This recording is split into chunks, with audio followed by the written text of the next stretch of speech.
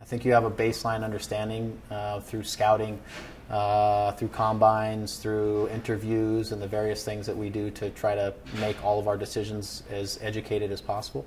But the reality is, until you really get them into your system and you start working with them, you really start to gain some indication of how long it's going to take, in what role is it going to be, and then you start to assess that along the way. I'll tell you, I played with Brian Chang at Los Angeles. He was drafted early sort of in my career. I had been there for a few years. Brian Chang came in as a forward.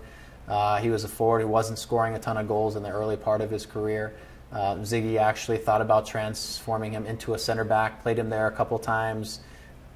He wasn't comfortable at center back. It wasn't really working. He traded him to San Jose, and then he goes on to play in the World Cup as a forward and score a bunch of goals, right? So there's not really an exact science to it. You do the best you can, and you work with the guys as much as possible. And I really think what's important is that your vision for the player matches that player's vision for himself, so that you're working together. If that player doesn't see themselves playing in a position, but you're trying to force them in there, you're never going to get there.